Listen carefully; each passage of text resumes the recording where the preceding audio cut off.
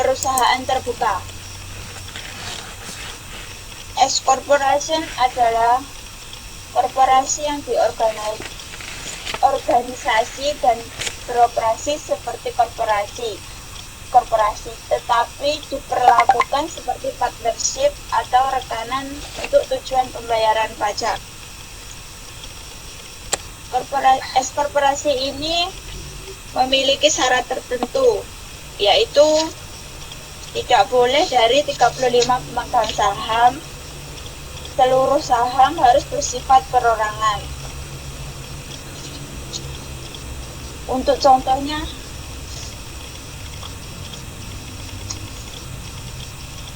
bisnis kecil. Yang keempat, limited liability corporation. Korporasi dengan pemilik yang dikenai pajak seperti partner, tapi juga menikmati keuntungan dari tanggung jawab terbatas. Contohnya adalah perusahaan multi-level marketing. Karena LLC ini tidak memiliki pemegang saham, tapi hanya memiliki anggota. Yang kelima, professional corporation, yaitu korporasi yang terdiri dari para profesional seperti dokter, ahli hukum, akuntan, dan sebagainya.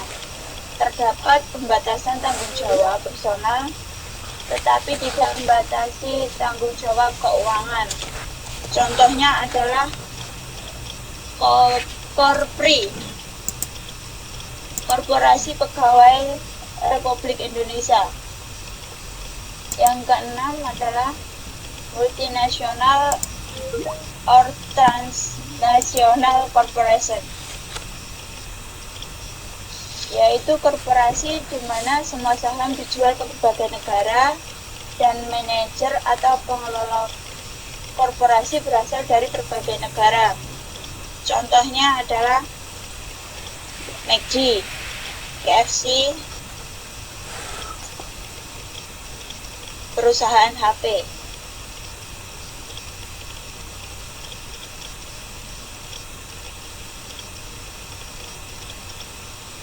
Lanjut, Pak.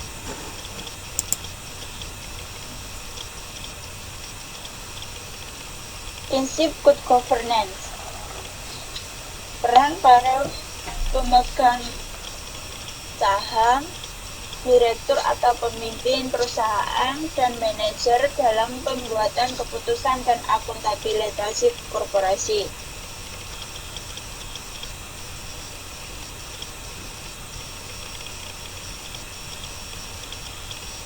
Kepemilikan korporasi, usaha bisnis bersama atau joint ventures.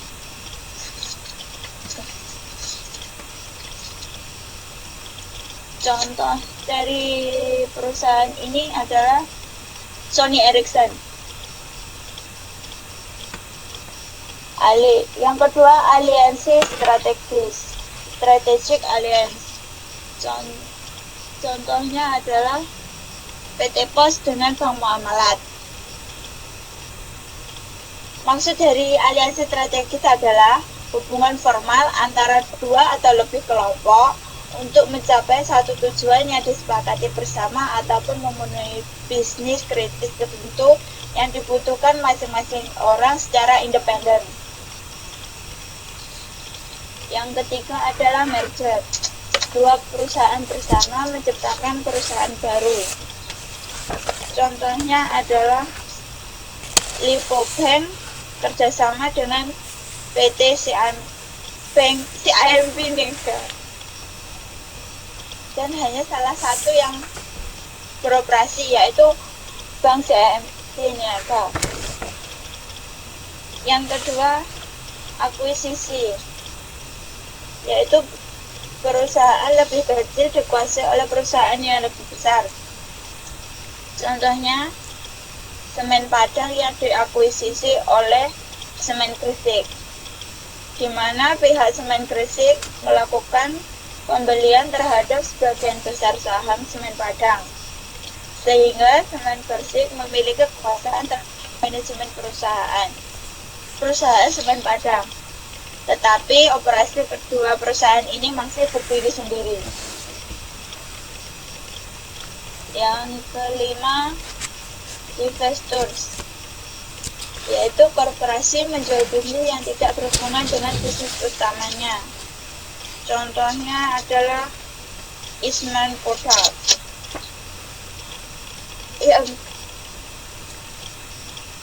Yang keenam adalah spin-off.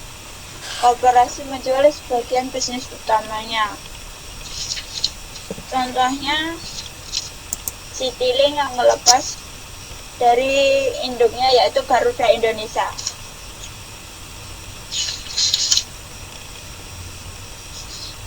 Perbandingan bentuk-bentuk kepemilikan bisnis.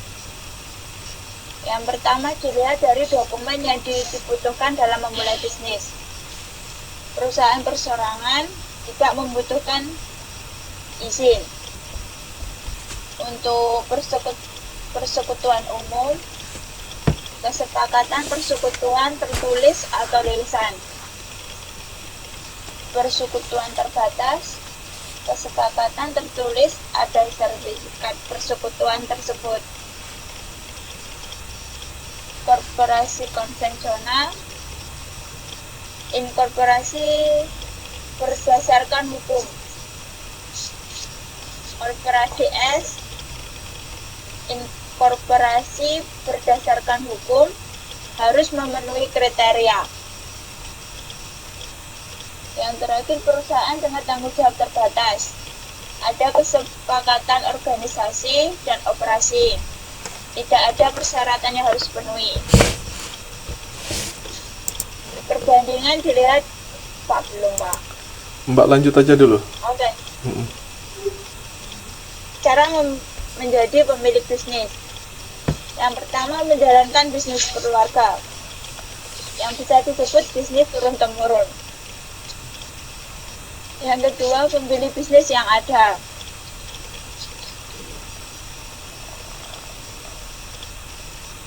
Yang ketiga, waralaba.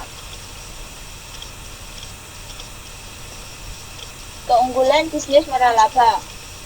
Gaya manajemen ditentukan pemilik waralaba yang dapat mengarahkan kegiatan produksi atau operasional dan pengelolaan secara umum. Prosedur dan standar yang sama dari pemilik waralaba. Diberi penjelasan enggak, Pak? Mbak bisa jelaskan sebenarnya dari menjalankan bisnis keluarga. Menjalankan bisnis keluarga ini seperti apa gitu. Terus habis itu membeli bisnis yang ada. Membeli bisnis yang ada ini kan contohnya kan mudah nih. Dan selanjutnya waralaba. Waralaba itu yang seperti apa, terus bagaimana cara menjalankannya. Terus kalau di sini kan keunggulan sama kelemahannya sudah kelihatan. Nah, Mbak bisa ngasih contoh-contoh. Untuk menjalankan bisnis keluarga, contohnya orang tua kita berjualan, memiliki usaha berternak ayam. Dengan adanya usaha tersebut, sang anak menggantikan orang tua untuk menjalankan usahanya. Yang kedua, membeli bisnis yang ada. Contohnya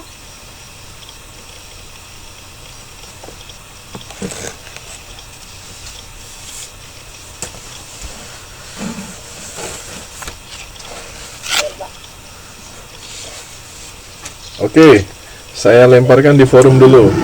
Cara menjadi pemilik bisnis, kira-kira teman-teman ada nggak yang mau partisipasi? Silakan.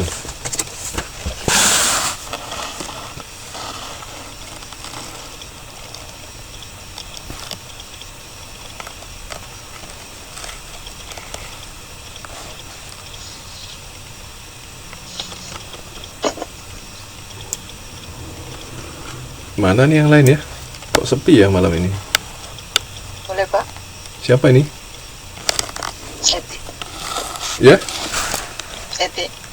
Mbak Eti, silakan Mbak Eti.